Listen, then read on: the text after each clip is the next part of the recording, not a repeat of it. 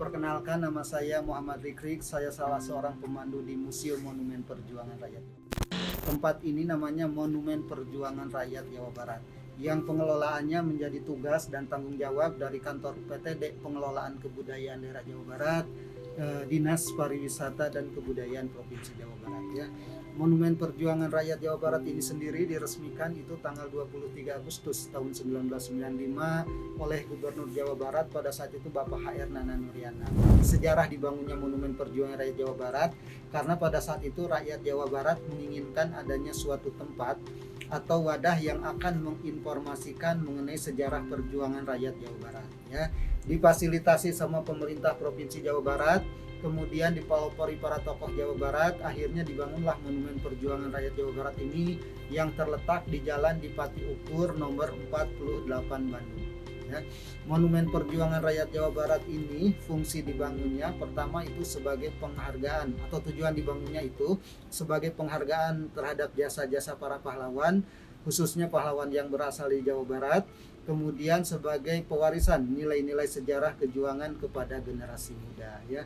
Fungsi dibangunnya Monumen Perjuangan Rakyat Jawa Barat itu sebagai sarana edukasi juga wisata sejarah. Ya. Perlu saya informasikan lagi ya bahwa di Monumen Perjuangan Rakyat Jawa Barat ini terdapat 3 area wilayah atau 3 area yang terdapat di Monumen Perjuangan Rakyat Jawa Barat. Pertama, area luar ya. Area luar itu area yang biasa digunakan masyarakat untuk beraktivitas, berolahraga, kemudian berjualan dan sebagainya. Kemudian area plaza ya. Area plaza itu terdapat bentuk Monumen Perjuangan Rakyat Jawa Barat dengan ketinggian 17 meter, kemudian lingkar tengahnya 45 meter, kemudian sisi kiri kanan itu ada pilar yang menyangga Monumen Perjuangan Rakyat Jawa Barat terdapat atau berjumlah 8 buah pilar ya. Kemudian anak tangga ketika akan masuk ke area plaza itu terdapat 17 anak tangga.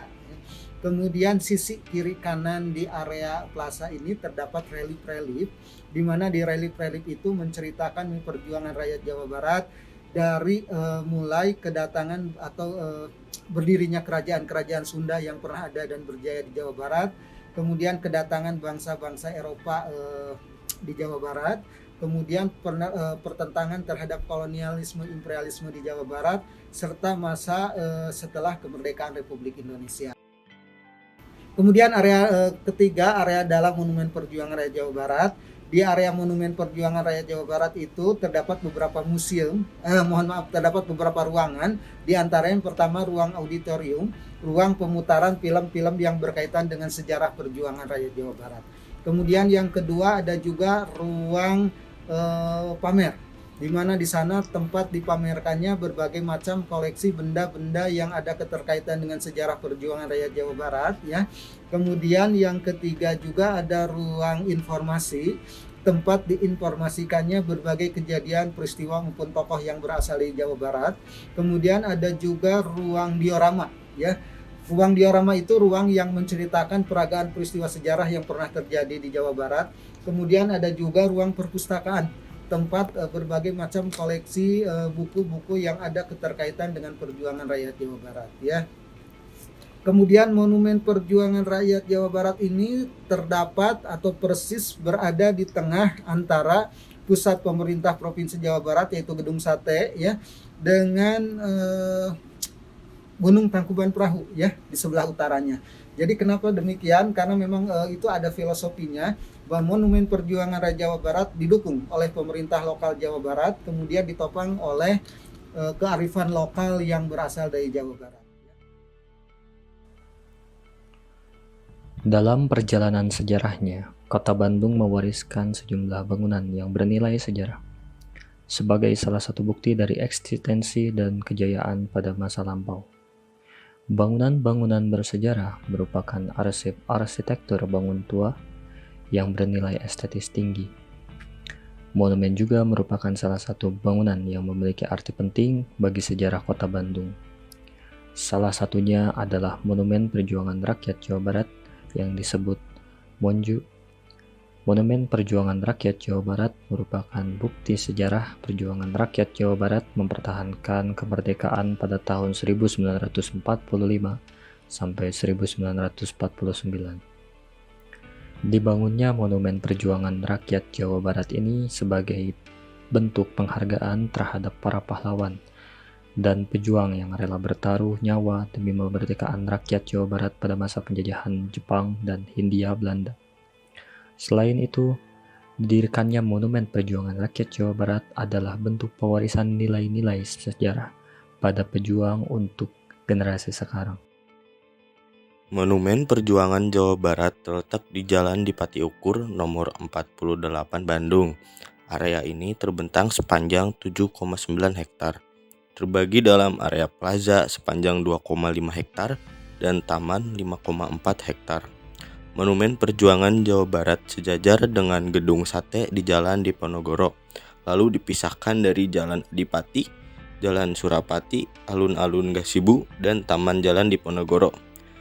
Penampakan Gedung Sate akan terlihat jika berada di Monumen Jawa Barat. Tampilan depan Monumen Perjuangan Jawa Barat terdapat serumpun yang menyerupai bambu yang terdiri dari 5 pilar, berjejer, vertikal, dan melengkung. Pilar tertinggi 17 menandakan tanggal kemerdekaan Republik Indonesia. Bambu itu merupakan bentuk simbolis dari senjata tradisional. Di samping tugu terdapat relief yang menceritakan tentang perjuangan penduduk Jawa Barat. Perjuangan digambarkan dari masa kerajaan, pergerakan, dan kemerdekaan. Di bagian dinding yang lain terdapat prasasti berbahasa Sunda yang diukir oleh Saini KM, seorang seniman kelahiran Sumedang. Di bawah Monumen Perjuangan Jawa Barat terdapat sebuah museum yang memiliki 7 koleksi diorama. Ketujuh diorama adalah bentuk dari potret sejarah selama periode perjuangan rakyat Jawa Barat pada masa itu. Ada juga catatan pertempuran penting yang terjadi di Jawa Barat, lalu dikoleksikan dan dipajang dalam museum. Berdasarkan hasil penelitian, Monumen Perjuangan Rakyat Jawa Barat ini adalah suatu museum yang pengelolaannya masih menjadi tugas PDT atau Pengelolaan Kebudayaan Daerah Jawa Barat. Dinas Pariwisata dan Kebudayaan Provinsi Jawa Barat. Monumen Perjuangan Rakyat telah diresmikan pada 23 Agustus 1995 oleh Gubernur Jawa Barat, Bapak H.R. Nana Nuryana. Salah satu sejarah berdirinya Monumen Perjuangan Rakyat karena masyarakat pada saat itu sedang membutuhkan tempat atau wadah yang akan menginformasikan mengenai sejarah perjuangan rakyat Jawa Barat.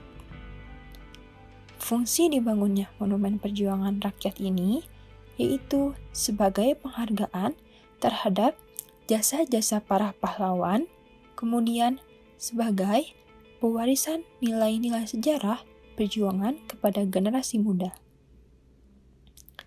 Di antaranya adalah sebagai sarana edukasi dan juga wisata sejarah. Tanah airku tidak kulupakan.